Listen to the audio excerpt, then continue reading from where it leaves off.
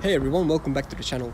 Let's discuss the 8 worst foods that you can eat while you are healing your skin, more specifically eczema, dermatitis and all that. This video is also based on one of the posts on Instagram, Sharp Mind, a Strong Body, check it out. First one, ultra processed foods, junk food, refined ingredients, a lot of seed oils, fries, fake meat, donuts, grains, pasteurized milk, cereals, just additives, synthetic compounds and such. Preservatives, additives, plastics, chemicals, they're all linked to allergies, they're all linked to inflammation, resulting in bad skin. So this stuff is something you want to avoid. This is something that it's like a battle, right? So we are bombarded with chemical warfare. We have always, as a species, protected ourselves from something. Predators, from dangers, from perils. Nowadays, this is what we protect ourselves from. You have to be aware of it, you have to just swap some products, find some better ones. Over time it compounds into a lot of results. At first it might seem excessive. Maybe you have already completed the Eczema Healing online course and you can see that I've distilled a ton of information that's easy to understand and approach and just apply. But it seems like a lot once you finish it. But as I already said in the end of the course, you go little by little. So whenever you encounter ultra-processed foods, know that that stuff will contribute to you itching in the evening, waking up bloody, hating the way you look like. So it's not worth it. Just get some good food. Yeah. Next food, seed oils. Polyunsaturated fatty acids. That's what's inside these seed oils. They're very unstable. What these seed oils do, first of all, they're grown on monocrops that poison the land, kill the animals, kill the insects and the whole ecosystem. These things are what turns land, fertile land, beautiful green land full of life into deserts. That's what veganism does. And that's what these seed oils do. But they also go through a long process to make them into these cheap oils that are put into everything, right? Even McDonald's used to use tallow, so beef fat, in their fries, I think in the 50s or something. Somewhere about that time, seed oils were used in engines, so basically like lubrication and stuff. Some of you have heard old hippies driving around in their hippie vans. Instead of gas, they would use leftover seed oils. Like, that's insane. Why would you eat that stuff? I know that it's everywhere. Canola oil, that is rapeseed oil. Yeah, corn oil, vegetable oil, all sorts of margarines and fake fats. These are not fats. These are oils. They cause free radical damage to your cells, so also your skin cells. You don't want that. And you don't want the inflammation. If you itch all the time, you know what it means to be inflamed. That's what eczema is, chronic inflammation of the skin. So yeah, they go rancid and spoil. You don't want that stuff. Replace it, skip it.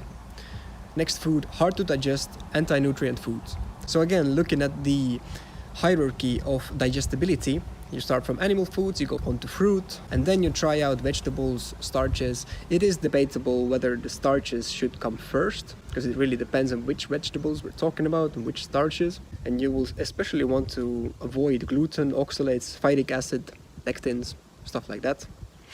But I know that at some point, obviously, we don't want to be dogmatic. We don't want to be completely carnivore. We don't want to be completely, obviously, not vegan and all that. So it's not about adhering to a specific diet dogma. It's about customization. And it's also about picking out the right foundation and avoiding the stuff that are basically guaranteed to give you issues. Now, when you do pick out some starches, let's say potatoes, good carbs, good to put on weight, good to get enough calories and so on. The best way to have that is to boil it properly and mash it together into mashed potatoes and mix that with butter. I think that's the best way to get those foods. Same thing with vegetables. If you really want some cabbage, make sauerkraut. This way you get something good out of it. Probiotics, a lot of vitamin C, and yeah, it's also easier to digest. If the food is hard to digest, that leads to gut problems and that eventually leads to skin problems. So you don't want that. Next food. Agricultural poisons. So that is in a lot of foods. You go into the supermarket, what you see is a lot of colors. You see a lot of fruit. You have a lot of options. What you don't see is how that stuff is grown, what it is covered with, and what is inside the ingredients. These are pesticides, fungicides, herbicides, biocides. They are directly linked to eczema and allergies, the ones that I found studies on. And even not only studies, I go to the supermarket especially during winter. That's when people here, because of Christmas, eat these mandarins. What's it called in English? Not mandarins, but tangerines. Already on the package, they need to specify that imazalil creates allergies. They're legally binded to do that. That's why a lot of people actually have eczema and dermatitis at the winter time and not in the summer. Yes, the sun is a big factor, but it's also about these traditions of eating these foods that are covered with these agricultural poisons. For example, as I said, tangerines during Christmas, you're peeling them with your fingers. Next up, you have some eczema between your fingers. Very common. So yeah, you don't want those gut problems from that. You don't want that endocrine disruption and allergic reactions from agricultural poisons. How to avoid all that stuff? Go organic, go local, meet the farmers markets, even in big cities. I know a guy who lives in London. He just goes to the farmers market and he eats the same quality food as me. You focus on food quality, you meet the farmers, you go to the farmers markets. Instead of going to the big store, you go to a specialized store, so a bio shop, for example. I know there are some commercial ones like Biomarket in Estonia that, yeah, there are some things that you can get from there, but oftentimes it's just overpriced and super commercial, right? So instead of that, you can go to some smaller farmers markets. In Estonia, there is a Taluturg, for example, a really good option for that. And just meet farmers, yeah? And even if you still want to have the tangerine that is covered with imazalil, at least peel it with, rubber gloves, for example. Peel a bunch of those, put them in a glass container so they stay fresh. You can eat those and probably have less problems. Next up, food additives. Oh my.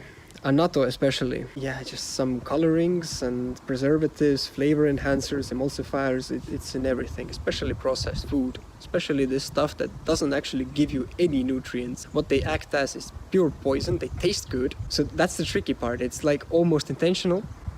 Might put on your tinfoil hats. Yeah, stuff is full of that. When I was little, in my childhood, we ate those small candies. Lemon drops, they were called, something like that. About a week ago, we went to the store and I saw the same ones. I was a bit nostalgic, like, hey, these are these candies, right? And then I saw that they actually need to specify, they are obliged to say and state that this product contains these and these chemicals and they will cause problems in your children.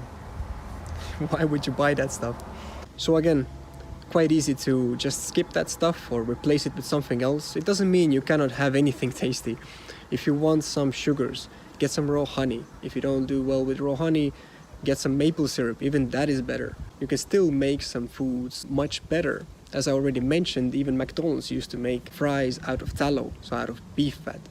There's no problem with that stuff. It is just potatoes fried in saturated fat.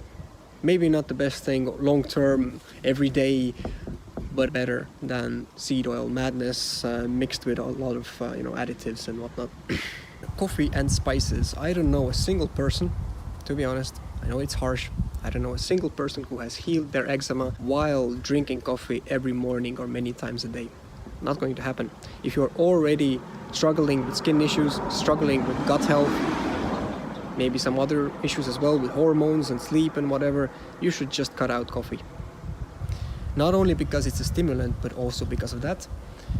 A lot of coffee, especially the cheap stuff, has mycotoxins, so basically mold. That can create allergic reactions, some immunity problems and whatnot. Yeah, and also personally, looking back, when I was still a sick person, covered with eczema, during my healing, every time that I would try to drink coffee again, I would get more itch. I would wake up bloodier more often. I would have worse sleep. I would maybe have some anxiety and whatever else. But mostly it was just the overly stimulated effect of both coffee and spices. So you don't need to get everything spicy all the time. You don't need to drink coffee all the time. Where do you get energy instead of coffee?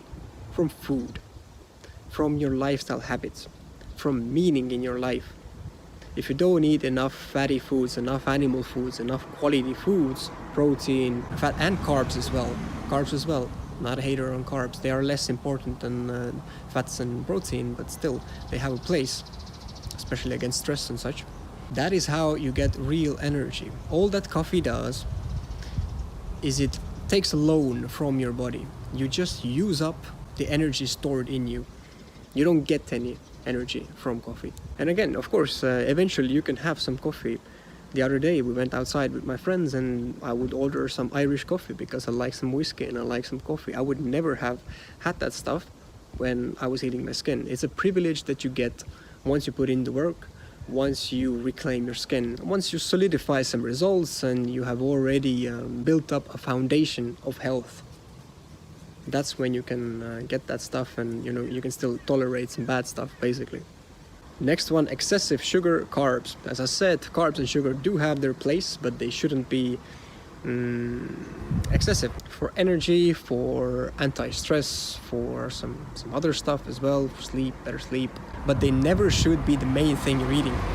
I know that some normies back in the bushes there might be yelling at me, telling me, but the food pyramid, carbs come last. Especially when the sugars, when the carbs are in their natural matrix. What this means is your body processes information from your food, from your environment, better when it is in its sort of complex state.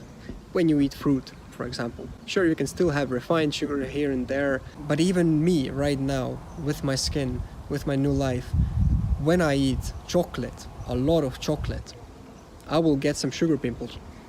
Maybe not eczema, not yet, but there will be some problem with the skin because it will try to get rid of that stuff. And yeah, just eating too much sugar, too much carbs, that will create some problems with the gut. You don't want that. What you want is to focus on protein, fats at first, and then you add the carbs and sugars last. Even when we look at a normal day of eating, you don't want to start with fruit. I don't recommend that. The best thing to start your morning with is some eggs, some raw milk, and some protein, maybe salami or some sort of meat. That is way better than eating a bunch of fruit. Usually I would eat the fruit separately. Alright, last one. Foods that you personally react with. As we talk about in the course, write a few sentences every day. It only takes a few minutes, sometimes just 1 minute. That is absolutely nothing. Before bed, for example, you try to remind yourself, what did you eat today? How did you feel today? The mood, the skin itself as well, all the biomarkers that we talk about. And there you can see what your body is telling you. What your customized way of eating will look like will vary, depending on where you live as well. What kind of foods do you have access to? What can you afford? And most importantly, what you do well with, biomarkers wise. So you look at how your shit looks like. You shouldn't be having diarrhea all the time. You look at how your mood is. You look at, even guys, you look at your boner in the morning. You should be having a hard on. That's a good sign. That's a good biomarker. You should be seeing motivation and but also the skin itself. Just seeing that the skin is easing up. It's not as inflamed anymore. Maybe it's not oozing anymore. Maybe it's not as flaky anymore, more elastic, and so on. And that is how you will know what are your foods and what are the bad foods. Read your biomarkers, your bodily signals from your daily food diary. Commonly these ones are citruses, pasteurized dairy, tomato, and coffee. Clean skin comes from the inside out. There is a lot more than this to eczema healing. That's why I've made the distilled, thorough and complete approach to eczema healing, which is my course, Eczema Healing Online course. Check it out. And what else? Tell me what kind of videos do you want. Keep your ideas coming, all your questions down in the comments. And I'll see you in the next video. Stay strong, everyone.